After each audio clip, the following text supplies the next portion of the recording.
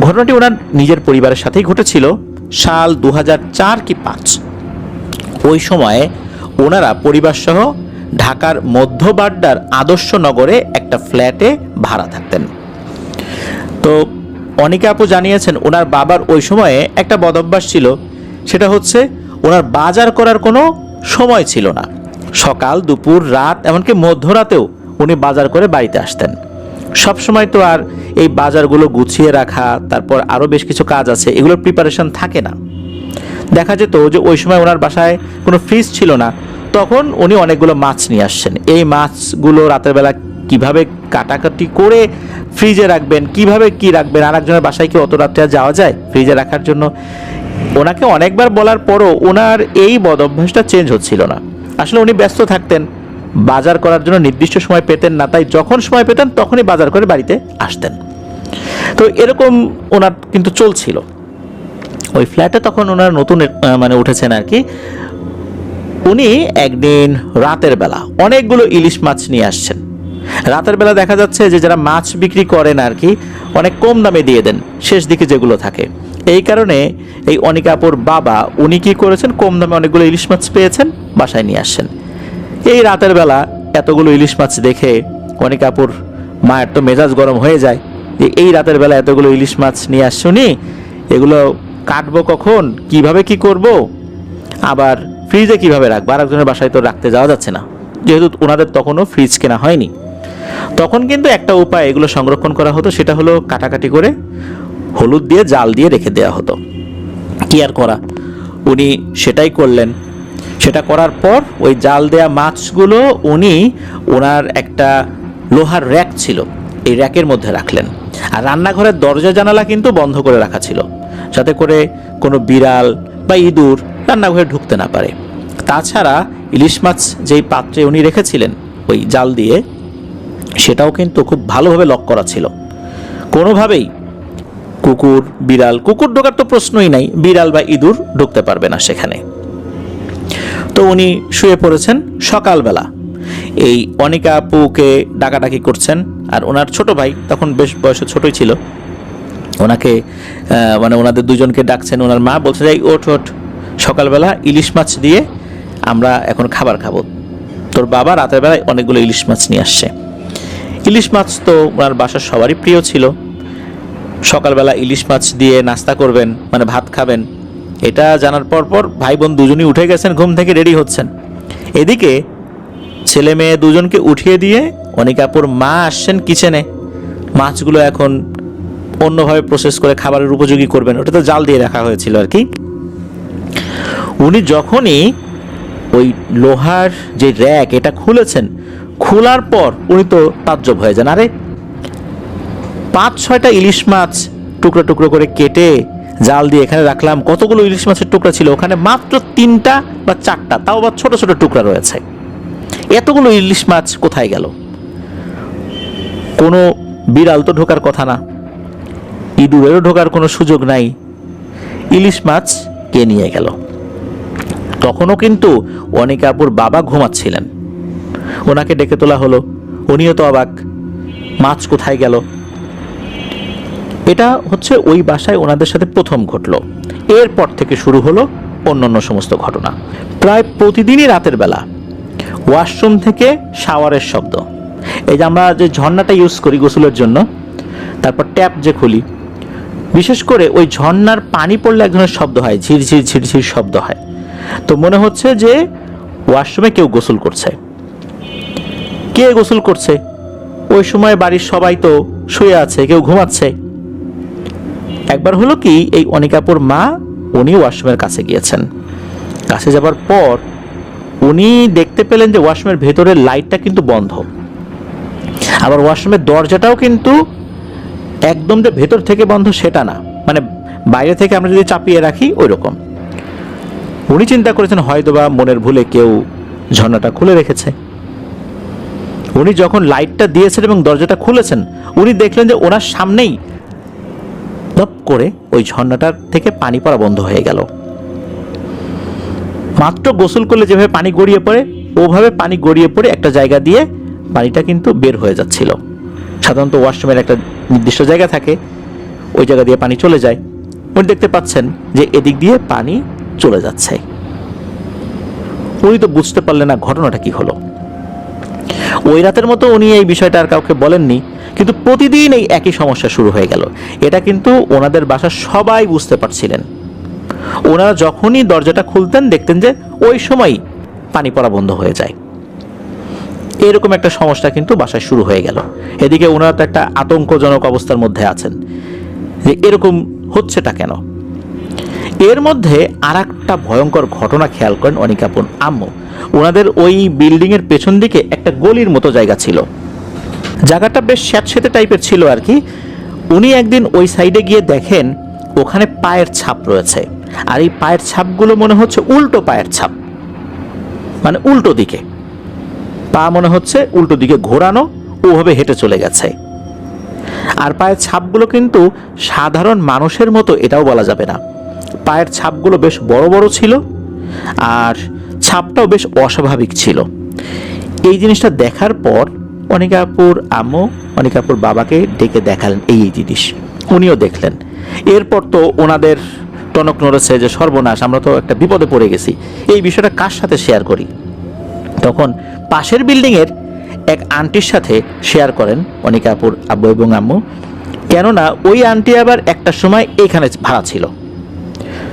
তার সাথে যখন শেয়ার করেন ওনারা, তখন উনি জানান আর একটা ভয়ঙ্কর ঘটনা। সেটা হচ্ছে ওনার হাজব্যান্ড, উনি গার্মেন্টসের মালিক ছিলেন। ওনার হাজব্যান্ডের আর একজন বন্ধুর সাথে শেয়ার একটা গার্মেন্টস দিয়েছিলেন আর কি, তখন এই বাসায় ভাড়া থাকতেন। ওনার হাজব্যান্ড আবার তাহাজ্জুদের নামাজ পড়ে ফজরের নামাজ পড়ে বাসা থেকে বের হয়ে যেতেন। ওনাকে অনেক সকাল সকাল চলে যেতে হতো। এই কারণে ওই আন্টিকে আবার অনেক সকাল সকাল রান্না করতে হতো। একদিকে দেখা যেত যে ওনার হাজব্যান্ড উঠেছেন, তাহাজ্জুদের নামাজ পড়ছেন, ফজরের নামাজের প্রিপারেশন নিচ্ছেন, এদিকে উনি নাস্তা তৈরি করছেন, মানে একসাথে দুটো কাজই হচ্ছে। তখন উনি যখন ওই রান্না করছিলেন, রান্নাঘরের যেই জানালাটা থাকে, উনি জানালা দিয়ে ওই সময় বাইরে তাকিয়েছেন। চোখ চলে যাবে এটাই তো স্বাভাবিক। ওই সময় তো তখনও অন্ধকার, ফজর আজান তখনও দেয়নি। উনি দেখেন ওনার জানালার বাইরে ভয়ঙ্কর একটা অবয়ব দাঁড়িয়ে আছে, তবে অন্য দিকে তাকিয়ে। উনি যখনই এটা দেখেছেন উনি মারাত্মক ভয় পেয়ে গেছেন। উনি তৎক্ষণাৎ যে কাজটি করেছেন সেটা হচ্ছে ধপাস করে রান্নাঘরের জানালাটা বন্ধ করে দিয়েছেন। ওই সময় কিন্তু ওই জানালা ছিল কাঠের তৈরি। যখন এটা বন্ধ করে দিয়েছেন তখনই ওই অবয়বটা ঘুরে তাকায়। অবয়বটা কিন্তু খেয়াল করেনি যে ওই আন্টি ওনাকে দেখেছে। যখনই ঘুরে তাকিয়েছে, এই ঘুরে তাকানোটাও খেয়াল করেছেন, কারণ জানালাটার এক পাল্লা যখন বন্ধ করেছেন শব্দ হয়েছে, আর এক পাল্লা যখন বন্ধ করতে যাচ্ছেন একদম ক্লোজ হয়ে যাচ্ছে, তখন মূলত ওই অবয়বটা তাকে দেখে ফেলেছে। যখনই দেখে ফেলেছে ওই আন্টি দেখছেন যে ওই অবয়বটা সাঁ করে ওই জানালার দিকে চলে আসার চেষ্টা করছে। এর মধ্যে তো উনি জানালা বন্ধ করে ফেলেছেন, আর একটু হলেই হয়তো বা জানালা দিয়ে ওই অবয়বটা ভেতরে ঢুকে পড়তো, জানালার উপর ধপাস করে এসে পড়ে। এরপর জানালার উপরে ভারী হাত দিয়ে যদি কেউ আঘাত করে, 5 আঙ্গুল দিয়ে যদি থাপড়াতে থাকে, যেরকম শব্দ হয় ওরকম শব্দ হচ্ছে, মনে হচ্ছে জানালা এখনই ভেঙে নিচে পড়ে যাবে। ওই সময় তো উনি জানালা ক্লোজ করে ফেলেছেন। তখন হয় কি, ঘরের অন্য যে জানালাগুলো খোলা আছে ওই জানালাগুলোতে আঘাত করতে থাকে। সৌভাগ্যজনক বশত ওই সময় সবগুলো জানালাই বন্ধ ছিল, ওগুলোতে আঘাত করছে। যখন দেখা গেল যে সবগুলো জানালা বন্ধ, এরপর ওনারা ফিল করছেন ওনাদের ওই বিল্ডিংয়ের পাশে একদম লাগোয়া তো অন্যান্য বিল্ডিং রয়েছে, অন্যান্য বিল্ডিংয়ের জানালার উপরেও গিয়ে আঘাত আনছে। যখন এরকমটা উনি ফিল করলেন, দ্রুত উনি রান্না করা বাদ দিয়ে ওনার হাজব্যান্ডের কাছে চলে গেলেন, গিয়ে বলেন এই অবস্থা, চারদিকে তো জানালার উপর আঘাত করছে। তখন দুইজনই উচ্চ স্বরে কোরআন তেলাওয়াত শুরু করলেন। অল্প সময়ের মধ্যেই এই আওয়াজটা থেমে যায়। তো এরকম তো ওনারা ফিল করেছেন, দেখেছেন। এরপরে আর একটা ব্যাপার, সেটা হচ্ছে এই যে বাসার পেছনের যে গলিটা রয়েছে, এই গলির যে সরু রাস্তাটা, যেটা অনেক সময় স্যাঁতসেঁতে থাকে, এখান দিয়ে গভীর রাত্রে কাউকে হেঁটে যেতে এই অনিকা আপুদের পরিবার দেখেছেন। মাঝে মাঝে এমনও হয়েছে এটা কে হেঁটে যায় তার পিছু নেওয়ার চেষ্টা করেছে। পরবর্তীতে ওই যে ভদ্রমহিলা আন্টি যখন জেনেছেন যে এই অনিকা আপু, তারপর তার ছোট ভাই মাঝে মাঝে পিছু নেওয়ার চেষ্টা করে কে হেঁটে যায় দেখার জন্য, উনি বলেছেন খবরদার এই কাজ করা যাবে না, তাহলে কিন্তু ভয়ঙ্কর বিপদ হয়ে যেতে পারে। পরবর্তীতে ওনারা তো ওই বাসাটা ছেড়ে দিয়েছেন। তো ওই বাসাটা কিন্তু এখনো রয়েছে। হ্যাঁ, সেখানে আশেপাশে অনেক পরিবর্তন হয়েছে, যেহেতু সেই 2004-05 সালের ঘটনা। এখন তো অনেক চেঞ্জ হয়েছে, সেটাই স্বাভাবিক। তবে ও জায়গায় নাকি এখনও ওই সমস্যাটা হয়। এক্স্যাক্ট ফ্ল্যাট এবং বিল্ডিংয়ের লোকেশনটা অনেকে আপু দেননি, যেহেতু ওখানে এখন অনেক মানুষ বসবাস করে। প্রিয় লিসেনার্স, ঢাকা শহরের অনেক বিল্ডিংয়ে কিন্তু এই ধরনের সমস্যা রয়েছে। দেখা যাচ্ছে যে ওই সময় অর্থাৎ যে সময়টাতে বিল্ডিংটা তৈরি করা হয়েছে, ওখানে বড় ধরনের কোনো ডোবা ছিল বা ওখানে এমন কোনো জায়গা ছিল, এই জায়গাটা ভরাট করে বিল্ডিং তৈরি করা হয়েছে, ওখানে কোনো অশরীরীদের বসবাস ছিল, এরা ওই জায়গা ছেড়ে যায়নি। তখন ওই বিল্ডিংয়ের বিভিন্ন জায়গায় কিন্তু ওরা থাকতে শুরু করে, মানুষদেরকেও মানে বিরক্ত করতে শুরু করে। এটাই স্বাভাবিক। তো এই ধরনের সমস্যা যদি হয়, আমি পরামর্শ দিব ভালো কোনো রাকির সাথে আলোচনা করে বাসায় রুকিয়া করাতে। আর সবসময় কোরআন তেলাওয়াত যেন করা হয়, অথবা কোরআন তেলাওয়াত যদি রেকর্ড করা থাকে সেটা যদি আমরা ছেড়ে রাখি বক্সে, এটাও কিন্তু অনেক ক্ষেত্রেই আমাদেরকে আল্লাহর রহমতে রক্ষা করতে পারে। ধন্যবাদ জানাচ্ছি অনিকা আপুকে ওনার পাঠানো ঘটনার জন্য। আশা করি আপনার কাছ থেকে আরও অনেক ঘটনা ইনশাল্লাহ আমরা পাবো। ওনার পাঠানো একটি ঘটনা এর আগে আমরা প্রচার করেছি। তো চলুন প্রিয় লিসেনার্স, চলে যাব আমাদের এবারের শনির রাতের 59তম আয়োজনের দ্বিতীয় ঘটনায়।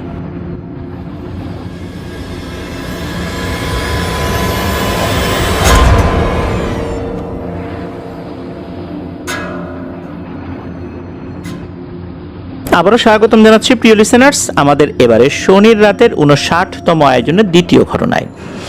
এখন যে ঘটনাটি আপনাদের সাথে শেয়ার করবে, এই ঘটনাটি আমাদেরকে পাঠিয়েছেন একজন রেমিটেন্স যোদ্ধা ভাই। ওনার নাম সোহেল রানা।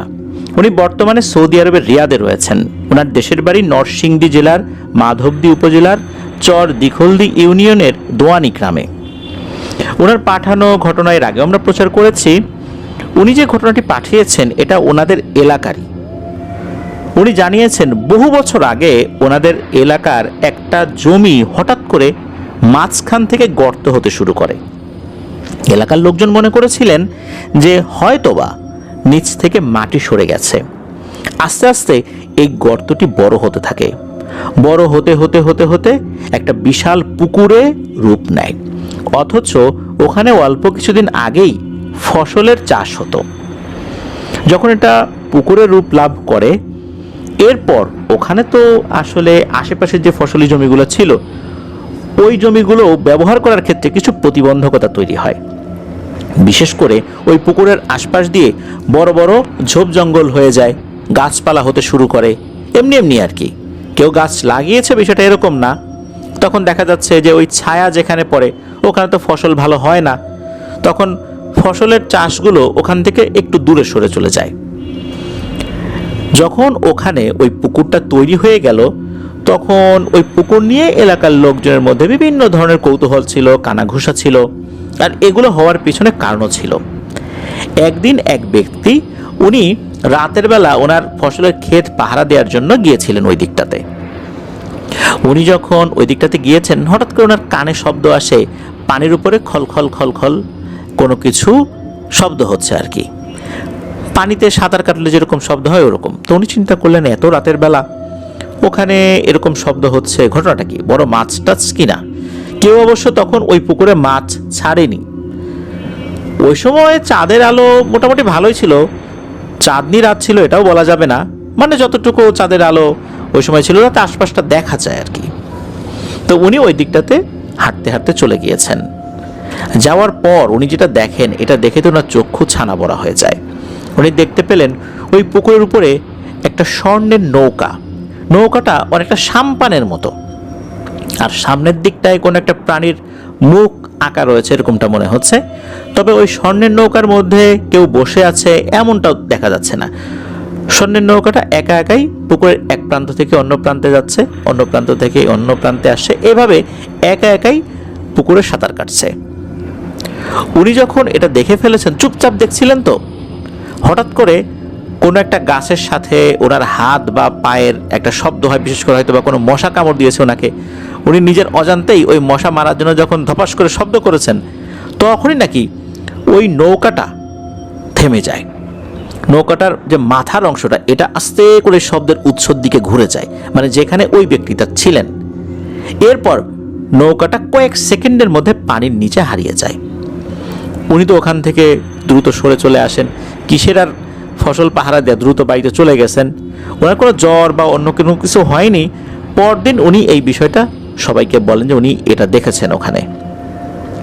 যখন এলাকার ময়মুরব্বীরা বিষয়টা জানেন, তখন তারাও বুঝতে পারলেন যে এখানে এই যেই গর্তটা তৈরি হয়ে হয়ে আস্তে আস্তে একটা বিশাল পুকুরের আকার ধারণ করেছে, এটা স্বাভাবিক কোনো ভূপ্রাকৃতিক ব্যাপার ছিল না, এখানে প্যারানর্মাল কোনো বিষয় ছিল। এরপর থেকে সবাই ওই পুকুরটা এড়িয়ে চলতে থাকেন। আশপাশে ঝোপ জঙ্গল আরও বড় হয়ে যায়, কেউ তো যায়ই না ওই দিকটাতে। তো বিভিন্ন সময় ওই স্বর্ণের নৌকা অনেকেই দেখেছেন।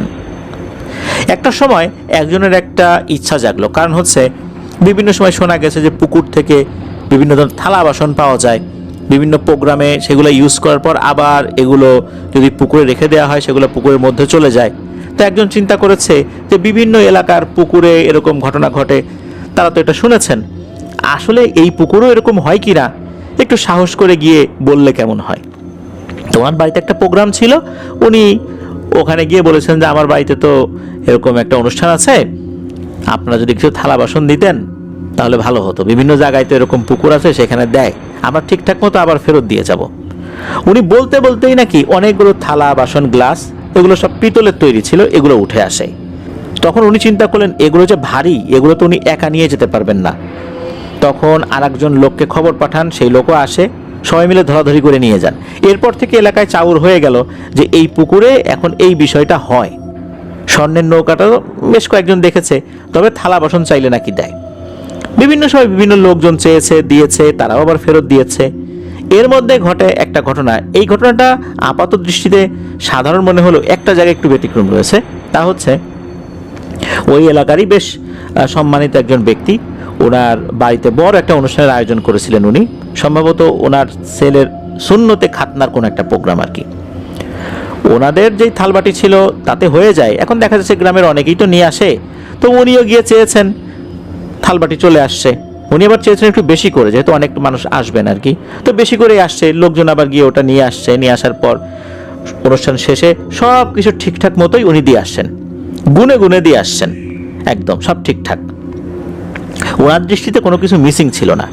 তো যেটা হতো সেটা হচ্ছে এগুলো যখন আবার ওখানে দিয়ে আসা হতো, ওটা একা একাই পানির নিচে চলে যেত, মনে হচ্ছে যে ঢাল বেয়ে ওগুলো গড়িয়ে পড়ে যাচ্ছে, এইভাবেই চলে যেত। কেউ যে হাত দিয়ে নিয়ে যেত বিষয়টা এরকম না, মানে চোখের সামনে এগুলো গড়িয়ে গড়িয়ে পানির নিচে পড়ে যেত। উনি দেখলেন যে উনি এগুলো রেখেছেন, এগুলো আর পানির নিচে যায় না, গড়িয়ে গড়িয়ে পড়ে না।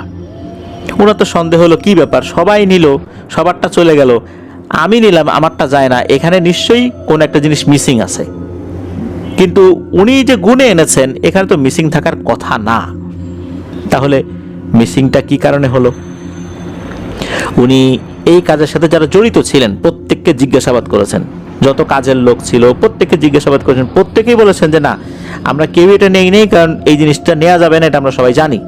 কারণ এই ধরনের ঘটনা তারা বহু আগের যুগ থেকে শুনে আসছে যে এই জিনিসগুলো নেওয়া যায় না, নিলে অনেক ক্ষতি হয়। কোথাও তো আসলে কোনো কিছু আসলে তথ্য পাওয়া যাচ্ছে না যে ঘটনাটা কি, তাহলে মিসিংটা কোথায় হলো? ওনার গুনতে হয়তো বা ভুল হয়েছে। আবার উনি গোনা শুরু করছেন, পরে দেখা গেল একটা গ্লাস জাতীয় কোনো জিনিস মিসিং। এই জিনিসটা কিভাবে মিসিং হলো উনি তো আর খুঁজে পাচ্ছেন না। ওনার স্ত্রীকে জিজ্ঞেস করলেন, ওনার স্ত্রীও ভালো করে বলতে পারে না।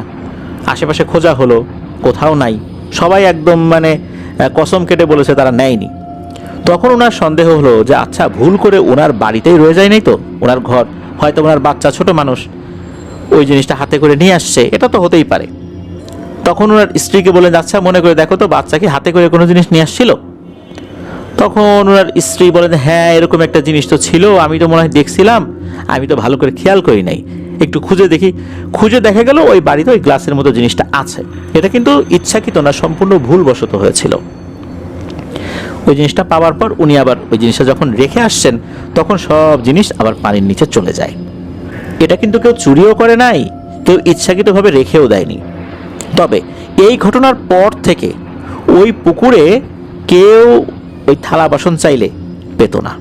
আমরা এই ধরনের ঘটনায় দেখেছি, কেউ ইচ্ছাকৃতভাবে রেখে দিয়েছে, তার ক্ষতি হয়েছে, এরপর থেকে দেয়নি। তবে এটা অনিচ্ছাকৃতভাবে হয়ে গিয়েছিল, তারপরেও এরপরে এই থালা বাসনগুলো আর কেউ পায়নি।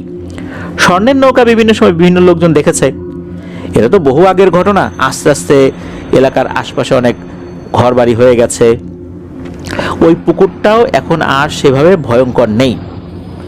ওখানে থালবাটির প্রসঙ্গ তো আর আসেই না। শুধু তাই না, স্বর্ণের নৌকাটাও বহু বছরে কেউ দেখেছে এটা কেউ বলতে পারে না। পুকুরের আশপাশের ঝোপ জঙ্গল পরিষ্কার হয়ে গেছে, ওইটা এখন একটা বিনোদন কেন্দ্রের মতো হয়ে গেছে, এমনটাই জানিয়েছেন সোহেল রানা ভাই। অনেক মানুষ এখানে বসে গভীর রাত পর্যন্ত আড্ডা দেয়। এখন আর ভয়ের বিষয় সেখানে তো নেই, বরং ওই পুকুরে এখন বাণিজ্যিকভাবে মাছের চাষ করা হচ্ছে। ওই মাছ যে মিসিং হয়ে যায় বিষয়টা এরকম না, সব কিছু স্বাভাবিকভাবে আছে। হতে পারে যে ওই পুকুরে যারা থাকতো একটা সময়, ওরা আর এখন এখানে নেই, তারা চলে গেছে, হতে পারে এমনটা।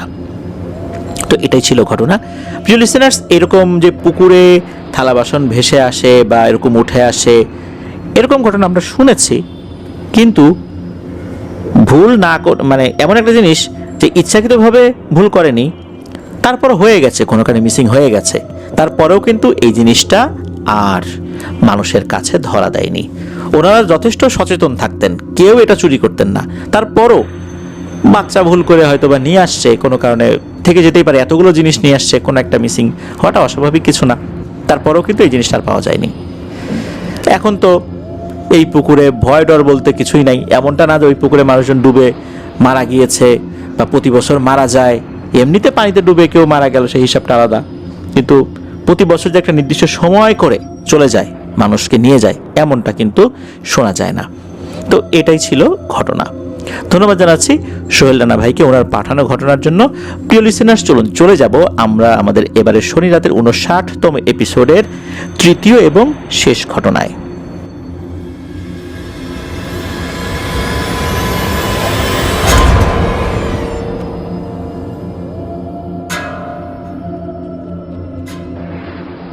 ফিরে এলাম প্রিয় লিসেনার্স আমাদের এবারের শনি রাতের 59তম আয়োজনের তৃতীয় এবং শেষ ঘটনায়। এখন যে ঘটনাটি আপনাদের সাথে শেয়ার করব, এই ঘটনাটি আমাদেরকে যিনি পাঠিয়েছেন ওনার নাম বকুল। ওনার বাড়ি ফরিদপুর জেলার মধুখালী উপজেলার জগন্নাথদি গ্রামে। উনি যে ঘটনাটি পাঠিয়েছেন, এই ঘটনাটি ওনার নানার সাথে ঘটেছিল। শুধু নানার সাথে না, অন্য লোকের সাথেও ঘটেছিল, সেটাও আমরা পর্যায়ক্রমে শুনবো ইনশাল্লাহ। ওনার নানার নাম জবেদ মোল্লা।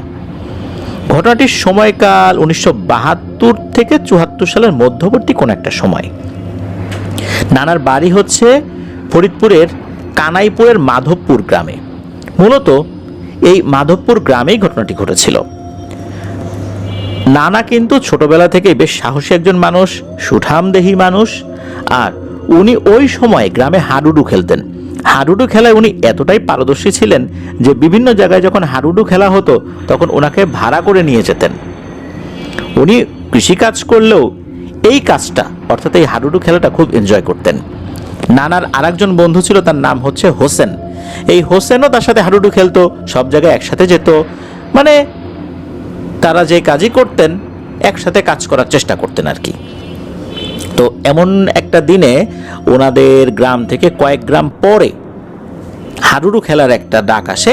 তো ওইটা পার হতে গেলে, অর্থাৎ ওই মাঝখানে একটা কুমার নদ আছে, কুমার নদটা পার হতে গেলে একটা সাঁকো পাড়ি দিতে হবে। ওই সময় কুমার নদের একটা জায়গায় সাঁকো ছিল, ওই দিক দিয়ে আর কি তাদেরকে যেতে হবে। তো তার বন্ধু হোসেনকে নিয়ে চলে গেছেন। হাডুডু খেলা কিন্তু ওই সময় বিকালের দিকে হতো, বিভিন্ন সময় বিভিন্ন জায়গায় হাডুডু খেলতে যেতেন। ওই খেলা শেষ করে সন্ধ্যার পরে রওনা দিয়ে বাড়িতে ফিরতে ফিরতে অনেক রাত হয়ে যেত। প্রায় সময় এরকম হতো। ওই সময় নানার বয়স 25 কি 26 বছর। তখন উনি বিয়ে শাদী করেননি। উনি ওই গ্রামে হাডুডু খেলে যখন ফিরছিলেন তখন ওই সাঁকো পারও হয়ে গেছেন, অর্থাৎ ঠিকঠাক মতোই পার হয়ে গেছেন। পার হওয়ার পর হঠাৎ করে কি মনে করে নানার চোখ যায় উল্টো দিকে, অর্থাৎ উনি যেই দিকটাতে পার হয়ে মাত্রই এসেছেন ওই দিকে তার নজর যায়। উনি খেয়াল করেন যে একটা সাদা শাড়ি পরা মহিলা হেঁটে যাচ্ছে, এবং হাঁটছে বলতে একদিকে চলে যাচ্ছে তা না, সাঁকোর ওই মাথায় পায়চারি করছে। উনি বলেন যে এই হোসেন দেখ তো এটা কে রে। তখন হোসেনও দেখে যে এরকম একটা দৃশ্য। হোসেন আবার নানাকে বলে, জবেদ রে, আমার কিন্তু বিষয়টা ভালো লাগতেছে না, চল তো চলে যাই। তখন নানা বলেন, আরে না, দেখি জিনিসটা আসলে কি, একটু পরখ করে দেখি। এই বলে দূর থেকে বলতেছে, এই আপনি কে, আপনার বাড়ি কোথায়, এখানে কি করেন, কোথায় যাবেন, আগাই দিব, ভয় নাই, আমরা খারাপ লোক না, বলেন। ওই মহিলা কোনো উত্তর না দিয়ে সে অন্য দিকে হাঁটতে থাকে। তো হাঁটতে হাঁটতে একটা দিকে যাওয়া শুরু করেছে, তখন এই হোসেন বলে, এই আপদ বিদায় হচ্ছে, যাক তো চল তো আমরা বাড়ির দিকে যাই। না না, আবার বলে না, দেখি তো এ আসলে যায়টা কোন দিকে, জিনিসটা আসলে কি। নানা হোসেনকে নিয়ে আবার সাঁকো পার হওয়া শুরু করেছেন। সাঁকো পার হয়ে ওই পাশে গিয়ে ওই জিনিসের পিছু পিছু হাঁটা শুরু করেছেন। হাঁটতে হাঁটতে নানা দেখছেন যে ওইখানে বড় ভিটা নামে একটা জায়গা আছে। ওটা হচ্ছে একদম মাঠের ভিতরে একটা উঁচু ঢিবির মতো একটা জায়গা রয়েছে, ওটাকে ওনারা বড় ভিটা বলেন। তো ওই দিকটাতে যাচ্ছে। হোসেন বলতেছে যে জবে তুই গেলে যা, আমি আর যাব না, আমি এখন বাসার দিকে গেলাম, মনে হচ্ছে সামনে ঝামেলা আছে। তখন এই জবেদ নানা বলতেছেন, আচ্ছা তুই যা তো, তোর মতো ভীতু লোক আমার সাথে দরকার নাই, যা তুই যা। এদিকে এই হোসেন নানা যিনি, উনি তো ভয় পেয়ে ওখান থেকে বিদায় নিয়ে চলে আসছেন। আর জবেদ নানা উনি ওই অবয়বটার পিছু নিয়েছেন। পিছু নিতে নিতে উনি চেষ্টা করছেন যে ওইটার আরো কাছাকাছি পৌঁছাতে, কিন্তু না, জবেদ নানা যতই দ্রুত হাঁটার চেষ্টা করেন না কেন, ওই অবয়ব আর জবেদ নানার মধ্যবর্তী যে দূরত্বটা, এইটা সহজে কমে না, এটা কমছেই না। এক পর্যায়ে উনি দৌড় দেন, কিন্তু ওই অবয়বটা হেঁটেই যাচ্ছে, কিন্তু এই দুয়ের মধ্যবর্তী দূরত্ব আর কমে না। নানা খেয়াল করলেন ওই বড় ভিটার পাশে একটা গাব গাছ রয়েছে পুরনো, ওই অবয়বটা ওই গাব গাছে উঠে গেল। একটা মহিলা মানুষের গাছে ওঠার ক্ষেত্রে কিছুটা তো সমস্যা হতেই পারে, মনে হচ্ছে সে অনায়াসেই হেঁটে গাব গাছের উপর উঠে গেল এবং একটা ডালে পা ঝুলিয়ে বসলো, তবে উল্টো দিকে ঘুরে বসেছে, অর্থাৎ নানার দিকে পিঠ ফিরিয়ে বসেছে। নানা তখন দেখলেন যে উনি গাছের নিচে আর ওই অবয়বটা গাছের ডালের উপরে। হঠাৎ করে ওই অবয়বটার শরীরটা আলোকিত হয়ে গেল, মনে হচ্ছে ওই অবয়বটার শরীরের ভিতরে লাইট ছিল, সেটা জ্বলে উঠেছে। তখন ওই অবয়বটা নানার দিকে ঘুরে তাকায়। তখন নানা দেখতে পান এই অবয়বটার চেহারাটা খুবই কুৎসিত ভয়ঙ্কর রকমের, মুখ ঝলসে গেলে যেরকমটা হয় ওই রকম। ওই অবয়বটা নানাকে বলছে, যা ভাগ এখান থেকে, আজকের মতো ছেড়ে দিলাম, তুই ভালো মানুষ এই জন্য, আবার যদি তোকে পাইছি, আবার যদি তুই আমার পিছু নিস, তাহলে কিন্তু আর জীবিত ফিরতে পারবি না। এই জিনিস দেখার পর নানা এমন ভয় পেয়েছেন, উল্টো দিকে ঘুরে দিয়েছেন, দৌড়া চিৎকার করছে, এই হোসেন, এই হোসেন, দাঁড়া দাঁড়া, আমি আসতেছি। এদিকে ওই দূর থেকে চিৎকার করতেছেন। তখনও কিন্তু হোসেন নানা খুব বেশি দূরে যান নাই। তখন তো হোসেন নানা বুঝতে পারছেন যে ঝামেলা তো একটা হয়েছে। উনি আবার নানার দিকে এগিয়ে আসতে থাকেন, দেখেন যে নানা ঘেমে একাকার হয়ে গেছেন, খুব ভয় পেয়েছেন। তখন হোসেন নানা ধরাধরি করে আবার জবেদ নানাকে বাড়িতে নিয়ে আসেন। তো এই ঘটনা যখন ঘটার পর জবেদ নানা তো সবাইকে বলছেন, গ্রামের অনেকেই বলছেন যে উনি এটা দেখেছেন। তো এর বেশ কিছুদিন পর, তখন বর্ষাকাল চলে এসেছে আর কি, ওই এলাকায় একজন লোক ছিল, তার নাম হচ্ছে চান্দা। এই চান্দা সে একদিন সন্ধ্যার দিকে মাছ ধরার জন্য বাড়ি থেকে বের হয়েছে। সে বলেছিল সে ওই বড় ভিটার দিকে যাবে। ওই বড় ভিটাটা কিন্তু ওই বর্ষাকালেও ডুবে যেত না, যেহেতু ওই জায়গাটা উঁচু ছিল, ওর আশপাশে ভালো মাছ পাওয়া যেত। বাসা থেকে কিন্তু বলে গিয়েছিল সে ওই দিকটাতে যাচ্ছে, আর বাসার লোকজনও বলে দিয়েছিল যেখানেই যাস ওই বড় ভিটার কাছে কিন্তু যাস না, লোভে পড়িস না, ওখানে ঝামেলা আছে। তখন চান্দা বলেছিল ঠিক আছে, আমি ওইদিকে যাব না। এরপর সে চলে যায়। এদিকে রাত পার হয়ে যায়, সকাল হয়ে যায়, চান্দা আর বাড়িতে ফেরত আসে না। তার বাড়ির সদস্যরা তো উদ্বিগ্ন হয়ে যায় যে কি হলো, চান্দার হলোটা কি। তখন বাড়ির লোকজন খোঁজার জন্য বাইরে বেরিয়ে পড়ে। তাদের মনের মধ্যে একটা ভয় ছিল, ও তো রাতের বেলা ওই বড় ভিটার দিকে গিয়েছে। তখন লোকজন ওখানে যায়, গিয়ে দেখে এক ভয়ঙ্কর দৃশ্য। ওই বড় ভিটার এক সাইডে মাথা থেকে কোমর পর্যন্ত, অর্থাৎ উল্টো করে মাথা থেকে কোমর পর্যন্ত একজনকে গেড়ে রাখা হয়েছে। দুই পা দেখা যাচ্ছে, এটা ভাঁজ হয়ে নিচ দিকে ঝুলে আছে। তার পরনের লুঙ্গি দেখেই বোঝা গেল যে এটা আর কেউ না, এটা হচ্ছে সেই চান্দা। চান্দার সাথে আসলে কি ঘটেছিল, কোন ঘটনার প্রেক্ষাপটে চান্দাকে এভাবে মরতে হয়েছিল, এটা তো আর জানা যায়নি। তবে চান্দার মৃত্যুর পর এলাকার গণ্যমান্য ব্যক্তিবর্গ ওনারা ভালো একজন হুজুরের সাথে বিষয়টা নিয়ে পরামর্শ করেন। হুজুর এই বিষয়টা শোনার পর উনি কিছুটা সময় নেন এবং এর পরপরই জানান যে এই যে বড় ভিটা, এই বড় ভিটায় বেশ কিছু জিনেদের বসবাস রয়েছে, তবে এরা খুবই দুষ্টু প্রকৃতির জিন। এদেরকে এখান থেকে যদি না তাড়ানো হয়, ওরা মাঝে মাঝেই মানুষকে এভাবে মেরে ফেলবে। তাহলে কি করা যায়, সমাধান কি? তখন ওই হুজুর বললেন যে ওদেরকে যদি এখান থেকে তাড়িয়ে দেই, ওরা আশেপাশে কোনো একটা জায়গায় গিয়ে আশ্রয় নেবে, তখন আর একটা ঝামেলা করবে, এর থেকে একটা ভিন্ন ধর্মী সমাধান হতে পারে। তখন হুজুর বলেন যে ওরা যারা এখানে আছে ওরা হচ্ছে অপবিত্র শ্রেণীর জিন, নাপাক জিন। এখানে যদি এই জায়গাটা আমরা পবিত্র করতে পারি কোনোভাবে, তাহলে ওরা এখানে আর ঝামেলা করতে পারবে না। কিভাবে পবিত্র করা যায়? এটা এমন একটা জায়গা, এই জায়গাতে কিন্তু মসজিদ বানানো সম্ভব নয়। দেখা যায় বর্ষাকালে এই জায়গাটা একদম টোটালি আলাদা হয়ে যায়। তাহলে এটা কিভাবে আমরা কাজ করব? তখন ওই হুজুর পরামর্শ দেন, এখানে আপনার একটা ঈদগাহ তৈরি করেন, বছরে 2 বার নামাজ হবে, তাহলে এই জায়গাটা পবিত্র হয়ে যাবে। তাই করা হলো, সিদ্ধান্ত মোতাবেক ওখানে ঈদগাহ তৈরি করা হলো। আশপাশের যে সমস্ত ঝোপ জঙ্গল ছিল, গাছপালা ছিল, এগুলো কাটলেও ওই যে গাব গাছটা, এটা কাটা সম্ভব হয়নি। তারা চেষ্টা করেছে, কাটতে পারেনি। এখনো সেই গাব গাছটা রয়েছে। ঈদগাহ তৈরি করার পর ওখান দিয়ে যখন বিভিন্ন মানুষ গিয়েছে, রাতের বেলা মাছ ধরার জন্য গিয়েছে, তারা কেউ কেউ টুকিটাকি ভয় পেল, কারো মৃত্যুর খবর আর শোনা যায়নি। এমনি টুকিটাকি ভয় তো রাতের বেলা থাকেই, এমন কিছু হয়েছে যেটা উল্লেখযোগ্য না। কিন্তু ওই গাব গাছটা এখনো রয়ে গেছে। বড় ভিটার ছবি এবং ভিডিও বকুল ভাই আমাদেরকে পাঠিয়েছেন, আমরা আমাদের পেজ এবং গ্রুপে এটা আপলোড করে দেব ইনশাল্লাহ। প্রিয় লিসেনার্স, আসলে যখন আমরা বুঝতে পারবো যে এরকম কোনো কিছু সামনে চলে এসেছে, এগুলোর পিছু না নেওয়াটাই বাঞ্ছনীয়। কারণ ওরা একটা মায়াজাল সৃষ্টি করে আমাদেরকে একটা ঘোরের মধ্যে নিয়ে যায়, তারপর আমাদের ক্ষতি করার চেষ্টা করে। এই জন্য সাহস করে এদের পিছু না যাওয়াটাই ভালো। আজকের এপিসোডের ঘটনা এ পর্যন্তই ছিল। ধন্যবাদ জানাচ্ছি অনিকা আপু, তারপর বকুল ভাই, সোহেলানা ভাই, আপনাদের সবাইকে অন্তরের অন্তঃস্থল থেকে ধন্যবাদ। আশা করি আপনাদের কাছ থেকে আর অনেক ঘটনা ইনশাল্লাহ আমরা পাবো। প্রিয় লিসেনার, যারা ধৈর্য ধরে পুরো এপিসোডটি শুনলেন, আপনাদেরকেও ধন্যবাদ জানাচ্ছি। আগামীকাল আফরানস ইউটিউব চ্যানেলে অমীমাংসিত রহস্যের নতুন আরও একটি এপিসোড আপলোড হতে যাচ্ছে। ওই এপিসোডে আমরা এমন একটা লিফট সম্পর্কে আপনাদেরকে ধারণা দিব, যেই লিফটে মৃত ব্যক্তিদেরকে দেখা যায় বলে শোনা যায়। এটা কিন্তু বিশ্বের অন্য কোনো দেশে না, খোদ বাংলাদেশের ঢাকা শহরে। আগামীকাল ইনশাল্লাহ